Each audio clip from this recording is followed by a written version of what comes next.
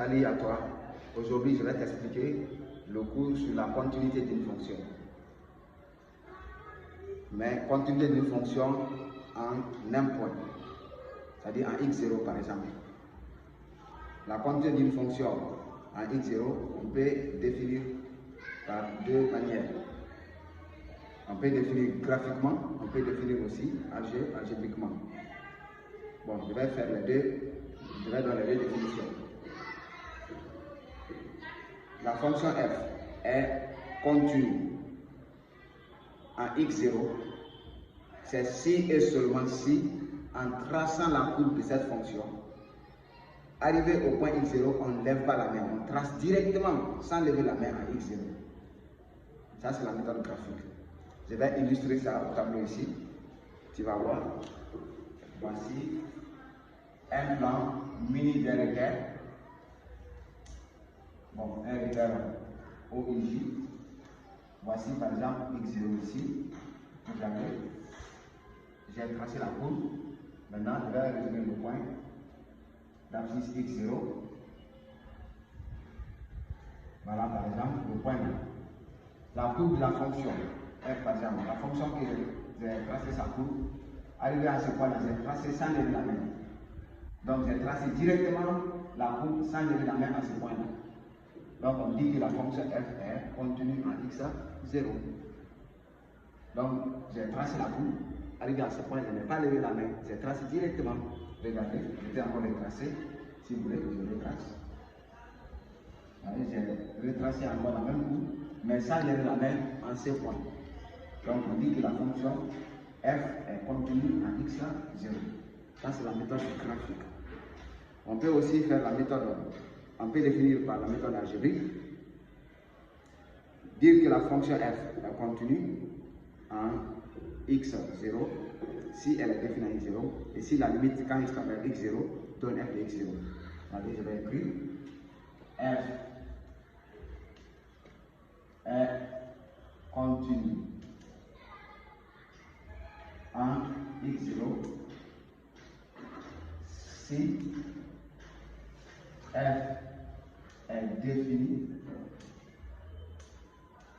en x0 et si la limite de f de x quand x tend vers x0 donne f de x0. Voilà, donc la fonction f est continue en x0 si et seulement si elle est définie en x0 et si la limite de f de x quand x tend vers x0 donne f de x0. Voilà, ça c'est la méthode algébrique. Et d'ailleurs, je conseille d'apprendre correctement cette méthode parce que généralement on peut te donner un exercice, on te demande de démontrer que la fonction f est continue par exemple.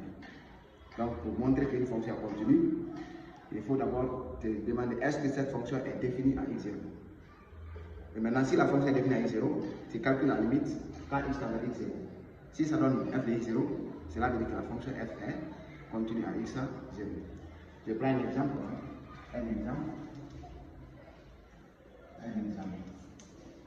On demande d'étudier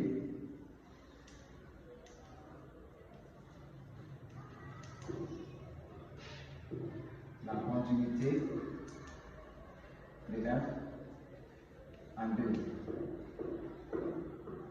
On a f de x est égal à x plus 3 et x0 est égal à 2.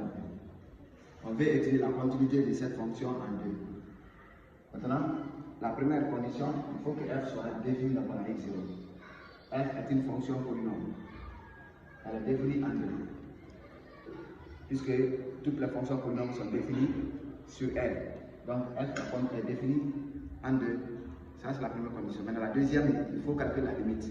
On calcule la limite. Je calcule la limite, par exemple. J'ai pris une limite de f de x quand x tend vers 2 est égal à la limite de x plus 2, 3 quand x tend vers 2. Maintenant, on remplace x par 2. Comme ça, on a 2 plus 3 qui donne 5. Maintenant, on calcule la limite. On calcule f de 2, pardon. F de 2. F de 2 par x, on remplace par 2, donc on a 2. est égal à 2 plus 3 qui donne encore 5. On écrit comme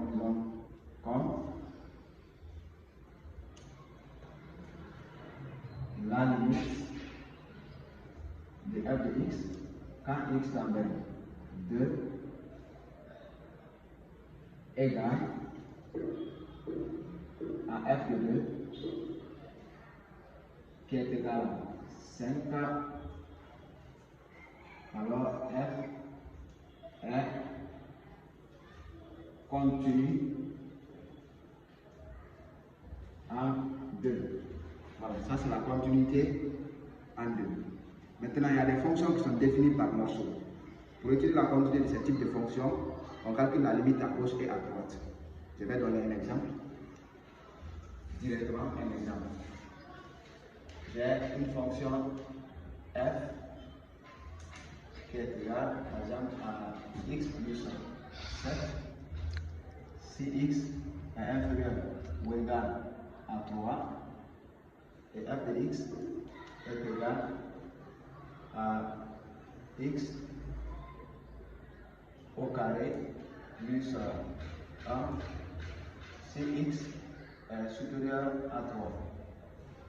Maintenant, pour étudier la quantité de ce type de fonction, on calcule la limite à gauche et à droite. Si la limite de la fonction quand x tend vers, par exemple, x0 par valeur inférieure, si cette limite est égale à la limite de la fonction quand x tend vers x0 par valeur supérieure, on dit que la fonction f est continue en x0. Donc, j'écris la limite de f quand x tend vers 3 par valeur inférieure. X inférieur ou égal à 3. Donc, la limite de la fonction quand x tend vers 3 par valeur inférieure est égale à la limite. Donc, je prends la première fonction qui est x plus 7 quand x tend vers 3 par valeur inférieure égale. Je remplace comme c'est 3 plus 7 qui donne 10. Voilà. Je calcule la limite de la fonction quand x tend vers 3 par valeur supérieure égale. Donc, je prends la deuxième fonction. On dit que x est strictement supérieur à 3. Donc, la limite de x au carré plus 1 quand x tend vers 3 par valeur supérieure est égale. Donc, je mets 3 au carré plus 1. 3 au carré, c'est 3 fois 3, donc ça donne 9. On a 9 plus 1 est égal à 10. Donc, il faut aussi calculer f de 3. Voilà, je calcule f de 3. F de 3 est égal. Ici, f de 3, je prends la fonction là parce que ici, x est strictement, pardon, x est inférieur ou égal. Et l'autre là, x est strictement supérieur. Et là, ici, c'est égal. Donc, je prends la fonction là. Donc, j'ai 3 plus 7, ce qui donne 10 aussi. Donc, je peux conclure directement comme la limite de f de x quand x tend vers 3 par valeur supérieure est égal à la limite de f de x quand x tend vers 3 par valeur inférieure qui est égal à f de 3 qui est même égal à 10. Alors f est continu en 3. Donc, vous pouvez retenir tout simplement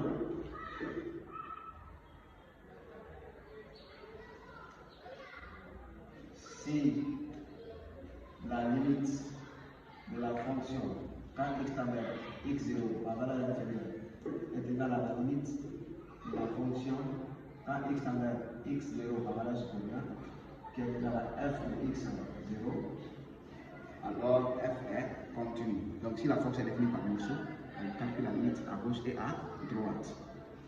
Voilà donc, merci.